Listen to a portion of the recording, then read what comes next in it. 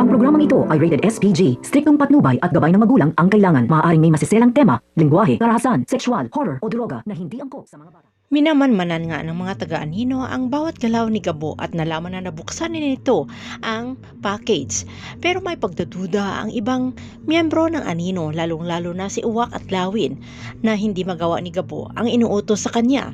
Pero malaki ang tiwala ni Tatang na itong si Gabo ay gagawin nito ang kanyang misyon, lalong-lalo na nasa kagipitan itong si Gabo na nangangailangan ng malaking pera. At para malaman ni Tatang ang bawat galaw ni Gabo ay ipamanmanan niya ito sa kanyang mga tauhan, na sa ngayon ay nandoon na ang mga kaibigan ni Gabo sa kanilang bahay para suportahan at tulungan itong si Gabo sa kanyang misyon. Ang hulihin itong si alias Tigre na si Mr. Chan ang magdadala sa kanila kung saan naroroon itong si alias Tigre. Habang si Bitchay naman ay umuwi na sa kanilang bahay at nasalubong ang grupo ni Gabo na kumakain.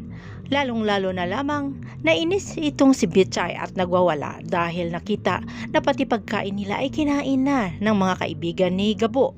Na ang tingin ni Bitchay sa grupo ni Gabo o kanyang mga kaibigan ay mga pabigat.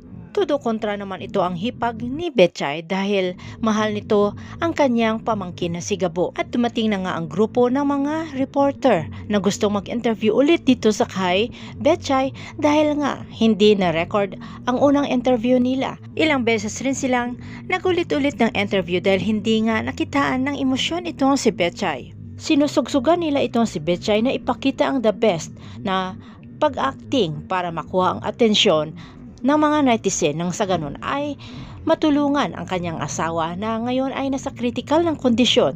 Todo bigay naman ang kanyang hipag sa pag-aacting na agaw eksena na rin. Samantala, naging trending sa mga balita ang ginawang demolisyon doon sa may ginintuang lupa, lalong-lalo na ang ginawang police brutality dito sa mga tauhan sa ginintuang lupa. Kaya dahilan nga nag-back out ang mga investors.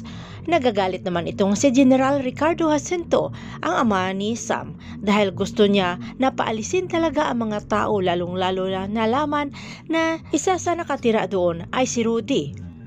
Habang si Gabo naman ay magkukrus na nga ang kanilang landas ni Samantha sa iisang misyon na huliin itong si alias Tigre. Pero paano na lamang malaman ni Gabo na si Samantha ay anak ni ex-General Ricardo Jacinto ang gustong magpaalis sa kanila sa ginintuang lupa. Abangan na lang natin ang mga susunod na episode dito sa Si Gabo.